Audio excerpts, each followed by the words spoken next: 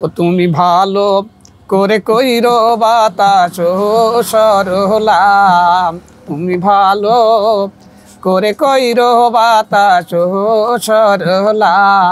এ যেন রূপকথার এক বাক্স।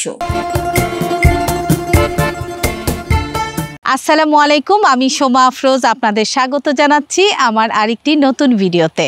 আমি এখন আছি বাংলাদেশের সংস্কৃতির অলিখিত রাজধানী খ্যাত কুষ্টিয়া জেলায়। যাব মিরপুর উপজেলার ফুলবাড়িয়া ইউনিয়নের নওদাপাড়ার আব্দুল কুদ্দুসের বাড়ি। এই আব্দুল কুদ্দুস কিন্তু যেন তেন কোনো লোক নন।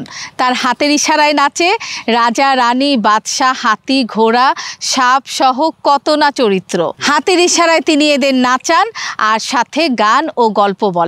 তার এই কাজ মুগ্ধ হয়ে পুলকিত মনে দেখেন হাজার হাজার দর্শক। যে কাজটি করে আব্দুল কুদ্দুস অগণিত মানুষকে আনন্দ দিয়েছেন বা দিচ্ছেন, তার নাম হচ্ছে পুতুল নাচ।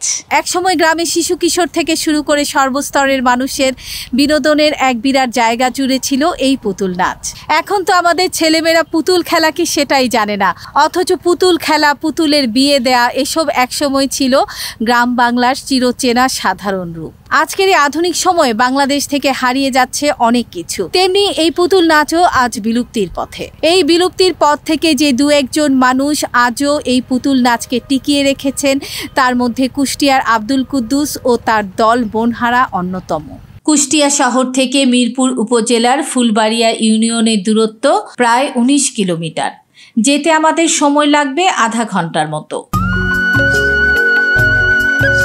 কুষ্টিয়া হচ্ছে বাংলাদেশের দক্ষিণ পশ্চিমাঞ্চলের একটি কৃষি প্রধান জেলা।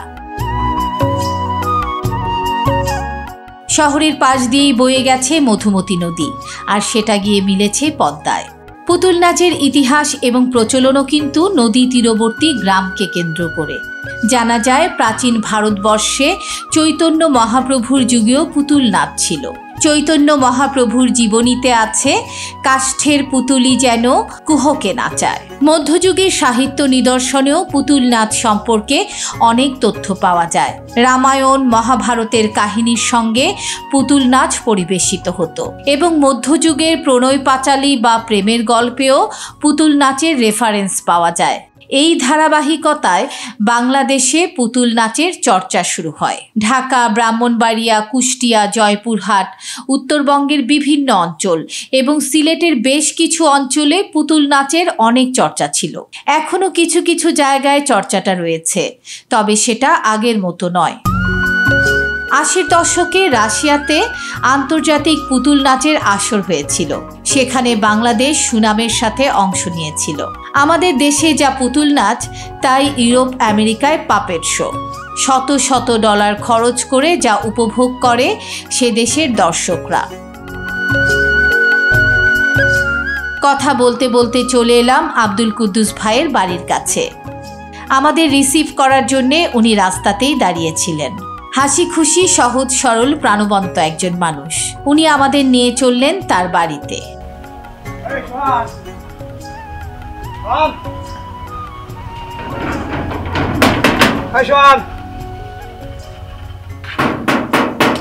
বাড়িতে তার নিজের ঘরে বসতে দিয়েই খুললেন পুতুলের ঝাঁপি। এ যেন রূপকথার এক বাক্স। একে একে বেরিয়ে আসছে নানান চরিত্রের পুতুল। বাঘ, হাতি, ঘোড়া, সাপ, রাজা, রানী, কোনো কিছুই বাদ গেল না।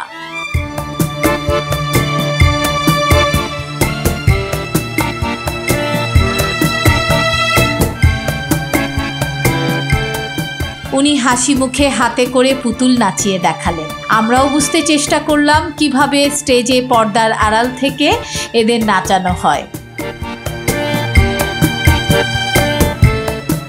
কাঠ অথবা শোলা দিয়ে তৈরি করা হয় পুতুল, আর সেই পুতুলকে রং তুলির আঁচড় দিয়ে সাজানো হয় বর্ণিল সাজে। তারপর পুতুলের সঙ্গে সুতা দিয়ে বেঁধে বাদ্যযন্ত্রের তালে হেলিয়ে দুলিয়ে তাকে নাচানো হয়।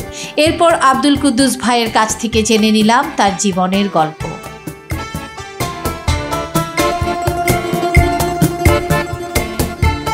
এই পুতুল নাচ খেলা করছি আমি দেশ স্বাধীনের পর বছর থেকে।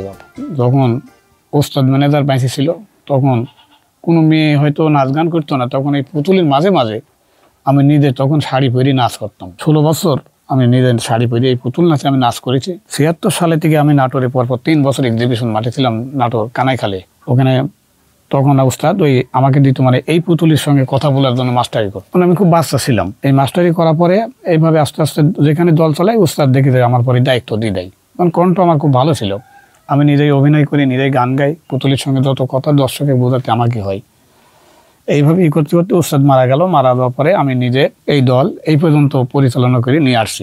এবার 2007 সালে আমাকে ঢাকায় ডাকে। 2007 সালেও প্রায় 6-7টা দল, 7-8টা দল আমাদের কুষ্টিয়া জেলার ভিতরে ছিল। দল এখন বর্তমান আর না, একটাও নাই। বিলীন হওয়ার একটাই কারণ হচ্ছে যে আপনার দেশের এমনই পর্যায়ে গেল যে দেশে আর কোনো গান বাজনার নাই, খুবই কষ্ট হয়। তারপর ওইসব দল আর কেউ ধরে রাখতে পারল না। আর আমি ছোটোবেলায় থেকে পুতুলকে আসলেই খুব ভালোবাসি। আমি সঙ্গীত খুব ভালোবাসি, আমি গান বাজনা করি বেড়াই। পেটে ভাত থাকে না, কিন্তু আনন্দ যেখানে পাই সেখানে আমার দিন চলে যায়। সারাদিন আপনি খাদ্য দিবেন না, বাদ্যযন্ত্রের বসা দিন, ওই দিন আমার অন্যায় চলে যাবে। এইভাবে আমি এই পর্যন্ত এসে পৌঁছা আছি। হয়তো আমি নিজের কর্ম করিনি, এইভাবে আল্লাহ জামলা হোক, আল্লাহ আমাকে চালাচ্ছে। দলটা আমি নষ্ট করতে পারিনি, আমি দলটা ধরিয়ে রাখছি। কুষ্টিয়ার মিরপুর জেলার মৃত সলিম মালিথার ছেলে আব্দুল কুদ্দুস জীবনের প্রায় সবটুকু সময় যিনি ব্যয় করেছেন এই পুতুল নাচের সাথে। আব্দুল কুদ্দুস 1972 সাল থেকে মনহারা পুতুল নাচের হাল ধরে রেখেছেন। আজও দেখে যাচ্ছেন সেই স্বপ্ন যে একদিন ফিরবে পুতুল নাচের সুদিন, আর নিজ হাতে এখনো তৈরি করে যাচ্ছেন বিভিন্ন পালার জন্য পুতুল। আগে যে সমস্ত দল ছিল তখন পুতুল ছিল ছোট ছোট, আপনার যারা পূজা তৈরি করে ওদের দিয়ে পুতুল তৈরি করা হতো। আমার উস্তাদ যখন ছিল থাকা পরে এবার সেসব পুতুল একটা এরম একটা পুতুল হাতে করলে বোধহয় 3 কেজি 4 কেজি ওজন হয়। তাহলে 2টা পুতুল যদি একটা স্টেজে 5 মিনিট ধরে রাখতে হয় তাহলে তার সমস্যা হয়। যে সুতাগুলো দেখলেন এই সুতাগুলো থাকে না, কেটে কেটে যায়। এবার 2013 সালে আপনার ভারত থেকে এক মাস্টার এসে আমাদের 7 দিন রাখে প্রশিক্ষণ দিতে, রাখা কীভাবে পুতুল তৈরি করতে হবে। এবার ওইগুলো প্রশিক্ষণ দেওয়ার পরে আমার এই পুতুলগুলো হচ্ছে সমস্ত হচ্ছে ফর্ম দিয়ে তৈরি করে, এগুলো সব ফর্মের পুতুল। এগুলা এইটা হচ্ছে কাগজের পুতুল। আর এই সাপগুলো যা দেখছেন আগে যে সাপ তৈরি করে দিত আপনার ওই পূজা দ্বারা তৈরি করে, যদি একটু বৃষ্টি হওয়ার সঙ্গে সঙ্গে সাপ শেষ থাকবে না। আর আমার এই সাপ আমরা ফেলে দেবো, কিছুই হবে না। এই সাপগুলো আমার নিজের তৈরি, এই পানির ভিতর তো তুলে আনলো এরামে থাকবে, এরাম আছাড়া পারবেন তাও এরামে থাকবে। এই জন্য এগুলো কিন্তু আমার নিজের ব্রেনে তৈরি করা। না গান বাজনার দিকটা আগের থেকে খুব ভালো ছিল, মানে বায়নার উপরে বায়না থাকতো। এখনকার অবস্থা কোনো অবস্থা নেই বাবু। মনহারা পুতুল নাচের সবচেয়ে জনপ্রিয় পালা হচ্ছে রূপবান আর সোনার জাদু। এছাড়াও সাগর ভাষা, ফেরারি সম্রাট, গরিবের মেয়ে, ভিখেরির ছেলে, গাজী কালুর পালা প্রভৃতি খুব জনপ্রিয়। আব্দুল কুদ্দুসের রয়েছে অনেক স্বীকৃতি। 2007 সালে ঢাকার শিল্পকলায় 48টি পুতুল নাচের দলের মধ্যে তার দল মনহারা হয়েছিল প্রথম। এছাড়াও 2013 আর 16 সালেও পুরস্কার পেয়েছে এই দলটি। এটা যখন আমি হয়তো কোনো যাত্রা পালা করি তখন রাজা অথবা রানী, মন্ত্রী হাতি ঘোড়াতে ওনারা যায়, তাই এই হাতি অথবা এই ঘোড়া প্রয়োজন হয় বাপ।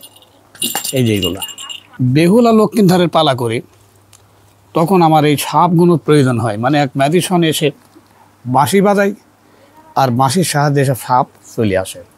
এইগুলা ছেলেপেলে খুবই আনন্দ পায়, বাচ্চা ছেলেপেলে, বড় মানুষ। মানে রাত্রি হলে এগুলো আসলেই খুব ভালো লাগে, কারেন্টের আলো হলে পরে খুব ভালো লাগে। সাপের খেলাগুলো খুব আকর্ষণ হয়। যখন আমি এই যে এই সাপের দংশনের যে ম্যাজিশন মারা যায়, এবার ওনার স্ত্রী না অন্য একটা মেয়ে পুতুল আছে, ওনার স্বামীকে দাফন কাফন করার পরে উনি কান্নাকাটি করার পরে ওনাকে আবার বুঝিয়ে দেওয়া আগে যে তুমি চলে যাও, আমি পরে একটা ছেলে দেখে শুনে আমি তোমার বিয়ে দিয়ে দেবো। তখন এইটার সঙ্গে একটা মানুষের বিয়ে দেওয়া হয়, একটা বাচ্চা ছেলেপিলের সঙ্গে বিয়ে দেওয়া হয়। এখানে মালাটা সুন্দরভাবে আপনার গলায় হয়তো পাড়ায় দিতে পারবে এই পুতুলে। সাপের স্ত্রী হচ্ছে মনসার ভিতরে চলে যায় বা মনসার ভিতরে, তখন কিন্তু চলে আসে। আসার পর জিজ্ঞাসা করা হয় যে আপনি কে, পরিচয় দেয় যে আমি একজন নগরের ম্যাজিশিয়ান, আমি অনেক কিছু জানি। তো মেন কি জানা হয় সাপের খেলা। এবার সাপের খেলা ওনার কাছে সাপ নেই, তাহলে সাপ কীভাবে আসবে? তখন উনি বলে যে আমি এই বাঁশিরা যখন ফুঁ দেবো তখন জঙ্গল থেকে অনেক সাপ আসবে, বাঁশি বাজানোর সাহায্যে ওই সাপ চলে আসবে। এইসব সাপ তখন চলে আসবে। আসার পরে এই সাপ খেলা করতে এইভাবে যখনই মারবে মারা যাবে। এবার স্কুলে যারা যে সমস্ত মেয়েরা লেখাপড়া করে, যদি ওই গ্রুপে যদি দেওয়া হয় তখন এই মেয়েরা স্কুলের একজন ছাত্রী, এবার দেখা যায় যে লেখাপড়া বাপ মা করতে দেয়, এবার লেখাপড়া না করে উনি ছেলেপেলের সঙ্গে প্রেম করে লেখাপড়া করে তাকে অনেক বুঝ টুজ দেওয়া পরে হয়তো তখন ঠিক মতো এই মেয়ে ভালো হয়ে যায়, তখন লেখাপড়া করে। এটা হচ্ছে আমার এই কাহিনীর ভিতরে দেওয়া হয়। এটা হচ্ছে আমাদের কুষ্টিয়া জেলা, আমার নালোর সাইজের অনেক ভক্ত আছে। ওখানে যখন আমি ওই গ্রুপে চলে যাই তখন এনারা সাধু তরিকার সাধু ফকির এনারা এসে ভাবসঙ্গীত গান টান গায়, এতে দর্শক খুব আনন্দ পায়। যখন নদীর একটা দৃশ্য দেখা হয়, যখন নদীতে হয়তো একজন মাঝি নৌকা নিয়ে চলে যায়, নৌকার পিস হয়তো নদীতে মাছ থাকে, মাছও চলে, এবার তার পিস দেখা যাচ্ছে যে এমন একটা মেয়ে ছেলে নদীতে যাচ্ছে গোসল করতে, গোসল করার পরে এইগুলা কুম্ভীর, এই কুম্ভীর ওই মেয়েকে ধরে খায় নেয়। সে কুম্ভীর এইগুলা যখন এই নদীর দৃশ্য এসে যায় তখন এই নৌকা নদীতে চলে, মাঝি থাকে, মাঝি হাল মারতে চলে যাবে। এবার দেখা যাচ্ছে যে কুম্ভীরে আক্রমণ করে এই নৌকাকে ডুবাই দেয়। এটা হচ্ছে নৌকার কাহিনী, নৌকা মাঝির কাহিনী। যখন রাজসিংহাসন, যখন আপনার রাজা মন্ত্রী আসে তখন আরও দুইজন পুতুল, তারা রাজারই কর্মচারী, তারা দুইজন চৌকিদার এসে এই সিংহাসন নিয়ে রাজ সিংহাসন স্টেজে দিয়ে দেবে। এবার দেখা গেল রাজা অথবা রানী কি মন্ত্রী এসে সিংহাসনে বসে তারা হয়তো বিচার করতে লাগলো। এই কাহিনীটা আমার এই পর্যায়ের উপরে। পুতুল নাচ পরিবেশনার মূল ক্ষেত্র হচ্ছে মেলা। বাংলাদেশে আগে বছরে সহস্র মেলা হতো। বিভিন্ন সাধক পুরুষদের জন্মতিথি ও তিরোধানের মেলা, পহেলা বৈশাখ সহ ঈদ, পূজা, পৌষ পার্বণ এবং শীতকালে গ্রামে গ্রামে বার্ষিক মেলা লেগেই থাকতো। এই মেলাগুলো একেবারে প্রান্তিক পর্যায়ে হতো।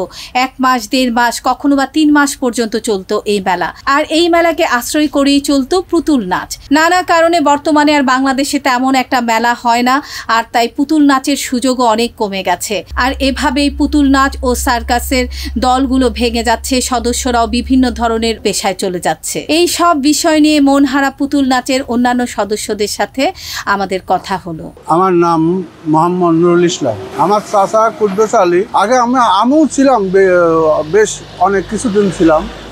আমি এখন আর যাই না। আমার চাচাই মাঝে মধ্যে যদি কোনো জায়গায় মেলা টেলা হয় ওই মেলার অনুষ্ঠানেই যায়।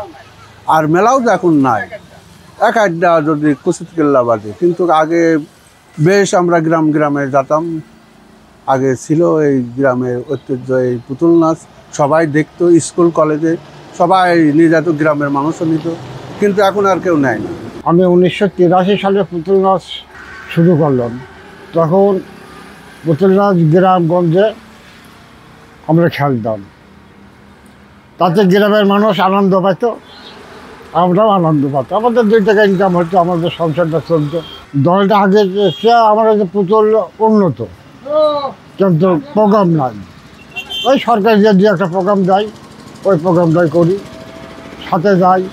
তখন বিভিন্ন জায়গায় আমরা প্যান্ডেল করতাম, বিভিন্ন মানুষের সাথে মত বিনিময় করতাম, বিভিন্ন মানুষকে আনন্দ দিতাম, বিভিন্ন মানুষ আমাদের আনন্দ দিত। সেসব কাহিনিগুলো মনে হলে তো একটু খারাপ লাগেই। এখন সেসব প্রোগ্রামগুলো করতে পারিনি, করার পরিবেশও নাই। এখন ওই সরকারি প্রোগ্রাম যখন দিয়ে একটা হলে সেখানে যাই, সেই প্রোগ্রামটা করি, এই অবস্থায় চলি। একটা জায়গাতেই বঞ্চিত হয়ে গেলে তো খারাপ লাগেই। পুতুল নাচ বাংলার একটি প্রাচীন ঐতিহ্য। এই পুতুল তৈরি করতে যেমন অর্থের প্রয়োজন, তেমনি দলটি পরিচালনার জন্যও রয়েছে অর্থের প্রয়োজন। গ্রাম বাংলায় এখনো পুতুল নাচের আবেদন ফুরিয়ে যায়নি। বিষয়টা হচ্ছে যতদিন থেকে আমি গান বাজনা করছি, আগে আমার গান বাজনা খুবই ভালো চলতো, সংসারটাও খুব ভালো চলতো। আরও আমি দেশের 5-10টা ছেলে নিয়ে বেরোতাম, তারাও চলতে পারতো। কিন্তু এখন দেশে কোনো গান বাজনা নাই, খুব কষ্টেতে দিন কাটাতে হয়। একটা বায়নাও পাইনি, যদিও একটা বায়না পায় আপনার হচ্ছে বছরান্তরের ভিতরে দেখা গেল। যেমন রাজশাহী ভার্সিটি, খুলনা ভার্সিটি, আপনার গতবার রাজবাড়ি জেলা শিল্পকলায় একটা অনুষ্ঠান আমার করাইলো। তো তাতে আনন্দ ফুর্তি করা হয়, কিন্তু ছেলেপিলি গাড়ি ভাড়া দিয়ে, ছেলেপিলি বেতন দিয়ে আর কিছুই থাকে না, তবু আনন্দ করি বাপ। তো আমার এখন খুবই কষ্টের পর দিন কাটাই। তারপর আমি মনে করি যে পুতুল আমি ভালোবাসি। যেমন এই পুতুলগুলো দেখতে পাচ্ছেন, আমি নিজেই সব তৈরি করি, সব দেখছেন।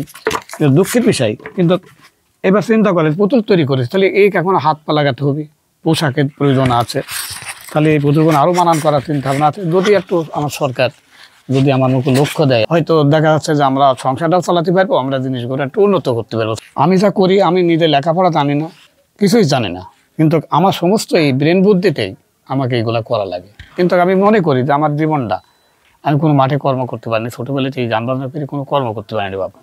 কারো পায়ের মুনিশ কাটতে মানে মানসিক আমি যে 5টা টাকা ইনকাম করবো ক্ষমতা আমার আসলেই নাই। তো যদি একটু সরকার আমার মুখে লক্ষ্য দেয় অথবা যদি আমাকে দলটা চালায়, তাতে আমার খুবই একটু সুবিধা হয়, হয়তো বাকি জীবনটা আমি আনন্দের পরে চলে যেতে পারবো। এটাই আমার খুব শখ। এছাড়া তো আর আমার কিছু বলার থাকে না বাবা।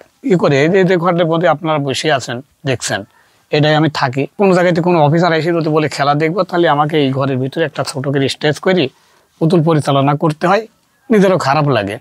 আমাদের কুষ্টিয়া জেলা শিল্পকলার অফিসার আমাকে বললো, কুদ্দুস মিয়া তোমার বাড়িতে যাবো। আমার স্যার বাড়িতে যাবেন, আমি গরিব মানুষ, আমার বসার জায়গা নাই। আসাবার ওনারা আমি বললাম যে স্যার দেখেন, আমি তো একটা ঘরের দাবি করি, আমি তো সিটার না, আমি তো পুতুল নাচ করি, আমি তো গান বাজনা করি, আমি খারাপ করে ভালো করি, আমি তো ঐতিহ্য পুরাতন ঐতিহ্য ধরে রাখিছি।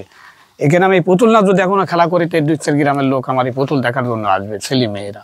তো স্যার আপনি আমাকে এখানে একটা ঘরের ব্যবস্থা করে দেন, দিলে আমি প্রশিক্ষণ দিয়ে আমি বাচ্চা ছেলেপিলিকে আমি মৃত্যু হয়তো আমি থাকবো না, আর আমার এই ঐতিহ্যটা আমি মৃত্যু পরে সব হারাই যাবে, আর থাকবে না। তো স্যার আমি এইগুলো তৈরি করতে যাই, তো ঘরটা আমি পাইনি বাবু। তো এখন আমার সরকারও যদি একটা আমার লক্ষ্য দিত, আমার গান বাজনাটা আমি যাতে করতে পারি, কোনো জায়গায় আমার বাধা না হয়, সামান্য সীমিত একটু জমি জায়গা আবাদ করি, ওই যায় একটু ধান টান হয়, ওই বাড়িতে চাইলটা এক সময় কিনা লাগে না, কিছুদিন চলে এইভাবে চলে, আনন্দের পরে আমার জীবনটা চলে যাচ্ছে। আব্দুল কুদ্দুস বলছিলেন, মনহারা পুতুল নাচ দেখতে এখনো অনেক মানুষ ভিড় করে, কিন্তু অনেক কষ্ট করে তিনি এই দলটিকে আজকে টিকিয়ে রেখেছেন। সরকারি কোনো সাহায্য সহযোগিতা ছাড়া আর কতদিন এভাবে টিকে থাকবে এই মনহারা পুতুল নাচের দল, সেটা তিনি জানেন না। তবে তিনি যতদিন বেঁচে আছেন, এই মনহারা পুতুল নাচের দলের সাথে তিনি তার জীবনটা কাটিয়ে দেবেন এবং মানুষের মনে দিয়ে যাবেন আনন্দ। উনি বাতাস মানে পাঙ্কাতি বাতাই দিতে আসছে, আর গান বলতে বলতে আসছে পথের মাঝে ওই পুতুলে, তখন এই গানটা গাচ্ছে, তোদের পাড়াই যাবো লসই পাঙ্কা বেচিতে, তোদের পাড়াই যাবো লসই আমার পাঙ্কারি এমনি দুঃখ, ঠান্ডা হওয়াই বন্ধু জুড়ার বুকি, কত বাবু ভাইয়ের মনে ভুলাইতে পারি আমরা পাঙ্খার বাতাসে, তোদের পাড়াই যাবো লসই। এবার উনি চলে আসলো, আসার পর জিজ্ঞাসা করা হইলো যে আপনি কে? তখন উনি বলে যে আমি একজন নগরের পাঙ্খালি, আমি গরিব মানুষ দাদা, আমি এই পাঙ্খা দিয়ে বাতাস দিই আর আমাকে পয়সা দিয়ে আমি এটা নিয়ে পেট চালাই। তখন তাকে বলা হয় যে ঠিক আছে, আমার রাজা অথবা রানীমাকে বাতাস করলে অনেক টাকা তোমাকে দেওয়া হবে। তখন উনি আমাকে জিজ্ঞাসা করে যে সত্যি দাদা আমাকে টাকা দিবে? বলে হ্যাঁ টাকা দিবে। তখন উনি এই পাঙ্খা দিয়ে বাতাস করে, তখন একটা গান গাই, সেই গানটা হচ্ছে, ও তুমি ভালো করে কইরো বাতাস সরলা, তুমি ভালো করে কইরো বাতাস সরলা, তুমি নেচে নেচে কইরো বাতাস গো আরে জো সরলা, তুমি ভালো করে কইরো বাতাস সরলা। ছোটবেলায় ধান আমরা খুব দেখিয়েছি বুঝছেন, এখন হয় না, তা দেখবো কি বলেন, হলি দেখা যায়। মা পুতুল নাচ করি, নাটক করি, সব কিছু করি, মা এমন দিন যা নিজে করি, যখন হয়নি ধান গ্রামেই করিয়েছে। এরকম থাকলে তো ভালোই হয়, হ্যাঁ আনন্দ হয়, আর না থাকলে তো মা হয়তো উঠে বন্ধই হয়ে গিয়ে পড়াই, আর মা কেমনে বলবো যে উঠে যাওয়াই ভালো। পুতুল নাচ বাংলাদেশের প্রাচীন একটি ঐতিহ্য। পুতুল নাচের গল্পে তুলে ধরা হতো সে সময়ের মানুষের ধর্মকথা, নীতিকথা, নিত্যদিনের জীবনাচরণ, সুখ দুঃখ, হাসি ঠাট্টা সবকিছু। বাংলাদেশে পুতুল নাচের ঐতিহ্য অনেক প্রাচীন। এই ভারত উপমহাদেশের বাংলা, বিহার, উড়িষ্যা, মণিপুর এবং তার নদী তীরবর্তী এলাকাগুলোতে একসময় পুতুল নাচ খুব জনপ্রিয় ছিল এবং সেই এলাকাগুলোকেই পুতুল নাচের আদি স্থান বলা হয়ে থাকে। একসময় বর্ষাকাল ছাড়া বছরের বাকি মাসগুলোতে পুতুল নাচ চলত সারা গ্রাম বাংলায়। সেই সময় গ্রামীণ জীবনযাত্রায় সাধারণ মানুষের বিনোদনের অন্যতম একটি মাধ্যম ছিল এই পুতুল নাচ। বাংলাদেশের ব্রাহ্মণবাড়িয়া, খুলনা, যশোর, ফরিদপুর, কুষ্টিয়ায় এখনও অনেক পুতুল নাচের সদস্যদের অস্তিত্ব রয়েছে। আজকে আমি তুলে ধরলাম কুষ্টিয়ার আব্দুল কুদ্দুস ও তার পুতুল নাচের দল মনহারার কথা। আমার আজকের এই ভিডিও এখানেই শেষ করছি। ভিডিওটি ভালো লাগলে লাইক, কমেন্ট, শেয়ার করতে ভুলবেন না।